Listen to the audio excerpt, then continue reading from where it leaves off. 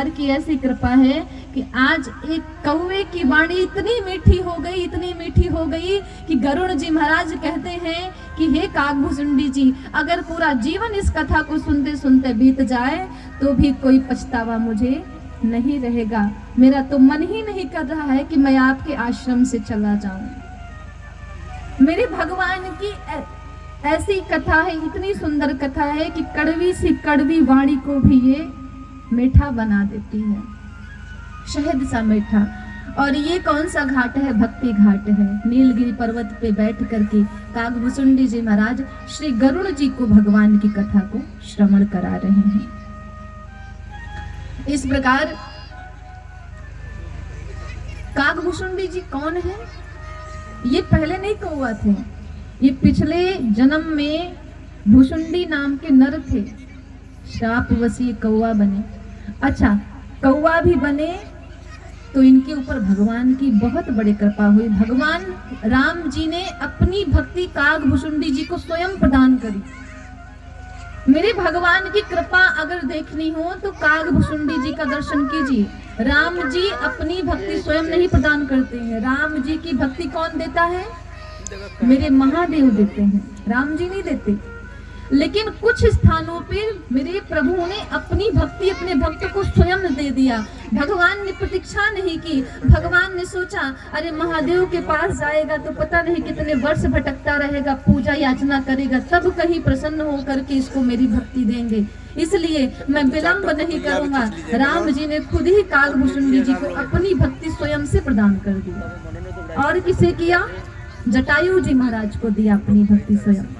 भगवान ने कहा कब? जब जटायु जी महाराज माँ सीता को बचाते बचाते अपने प्राणों को त्यागने लगे, रावण ने पंख काट दिया, तब भगवान जब आए, जब ये दशा देखी तो गोद में उठाया और आज राम जी ने अपनी भक्ति स्वयं दिया जटायु जी महाराज को। ऐसे बहुत से भक्त हुए जहाँ भगवान ने प्रतीक्षा नहीं की, स्वयं दे दिया अपनी भक्ति। ऐसे दयालु है मेरे राम जी महाराज। कागभुसुंडी जी कथावाचक हैं और गरुड़ जी कौन है? श्रोता। अच्छा, गरुड़ जी है कौन? भगवान नारायण के वाहन, भगवान नारायण के सबसे निकट रहने वाले हैं ये।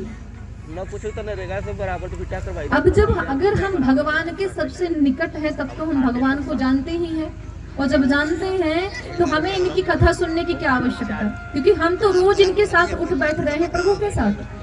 लेकिन गरुड़ जी के साथ ऐसा क्या हुआ कि उनको जाना पड़ा कागभुसुंडी जी महाराज के पास। कहते हैं कि एक बार क्या हुआ, गरुड़ जी को मोह हो गया कि ये भगवान है कि नहीं है। अच्छा, ये मोह कई बार कई लोगों को हुआ है, चाहे श्रीमद् भागवत देख लीजिए, चाहे राम कथा देख लीजिए, रामचरितमानस। आज गरुड़ जी को भी हो गया। बात कब की है? बात तब की है जब राम और श्री रामचंद्र और रावण का युद्ध चल रहा था। प्रभु नाग फांस में बंधे दोनों भाई, अब छुड़ाए कौन? भगवान लीला कर रहे हैं। नारद जी ने देखा तो गरुड़ जी के पास गए, बोले गरुड़ जी आप तो सांपों को मार के खा जाते हो। बोले हाँ, वो तो मेरा आहार है। तो बोले चलिए ना, मुक्त कराइए, प्रभु बंधन में है। गरुड़ जी आए, मुक्त करा दिया। लेकिन गरुड़ जी के मन में यही भी शंका उत्पन्न हो गई। मुक्त तो करा दिया, फिर गरुड़ जी बोले कि जिन भगवान का नाम लेने मात्र से जीव अपने जन्म जन्मांतर के बंधनों से मुक्त हो जाता है, वो भगवान आज बंध गए। उन भगवान को मैं मुक्त कर रहा हूँ, ये भगवान नहीं हो सकते। फिर परमात्मा कभी बंधन में बंध ही नहीं सकता, और जो बंध जाए वो प्रभु नहीं हो सकते। अब तो शंका हो गई गरुड़ जी को। सोचिए, जब गरुड़ जी को मोह हो सकता है तो हम आप क्या हैं? जो भगवान के बिल्कुल निकट रहते हैं, भगवान के वाहन हैं, भगवान की सवारी है। फोटो खींच बाबा ने लिखा बढ़िया बढ़िया फोटो। हरि सेवक अति निकट निवासी, भगवान की सबसे निकट रहने वाले हैं कौन? गरुड़ जी महाराज। फिर भी इनको मोह हो गया, बोले भगवान नहीं हो सकते, ये बंधन में बंध गए। मैं इनको मुक्त कर रहा हूं। और कहते हैं कि ब्रह्म को कभी बांधा नहीं जा सकता। इनका नाम लेने से सब तरते हैं, सबके बंधन कटते हैं, और बंधन काटने वाले ही आज बंधन में कैसे बंध गए? इसका मतलब ये ब्रह्म नहीं हो सकते, कुछ तो गड़बड़ जरूर है। अब मन अशांत हुआ तो गरुड़ जी लगे चक्कर लगाने तीनों लोगों का, कहीं भी इनके प्रश्नों का उत्तर नहीं मिल रहा है। अंत में क्या हुआ कि ये पहुंचे बाबा शिव के पास, शंकर जी के पास पहुंचे। बोले बाबा बड़ा परेशान हूँ। शिव जी ने कहा क्या बात है, क्यों परेशान हो? अरे भगवान के इतने निकट होने के बाद भी आप परेशान हो, ये तो बहुत चिंता की बात है भाई।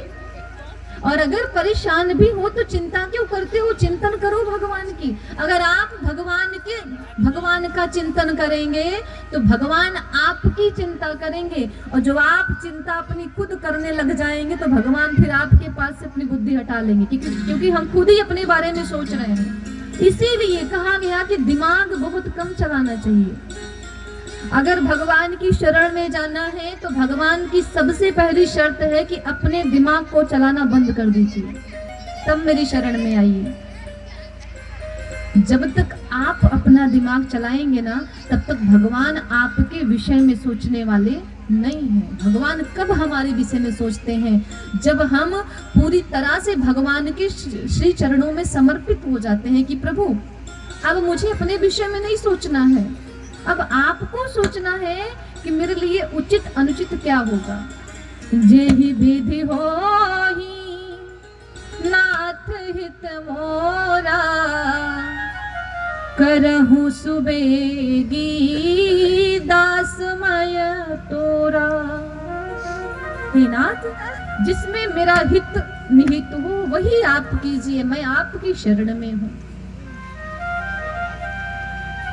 शंकर भगवान ने कहा भाई चिंता तो तुमको बहुत बड़ी है, और तुम्हें क्या बीमारी हुई है ये भी मुझे पता चल गया है, और बीमारी की दवा भी है। डॉक्टर ऐसा हो कि केवल बोलने भर से आपके अंदर बीमारी क्या है वो पकड़ ले तो बस वही डॉक्टर है। 20 ठू आपका चेकअप कराए, उसके बाद भी बीमारी ना पकड़ पाए तो बताइए डॉक्टर है कोई? कभी कभी होता है भाई 20 चेकअप करा लिए लेकिन डॉक्टर बीमारी नहीं पकड़ पाया। बाबा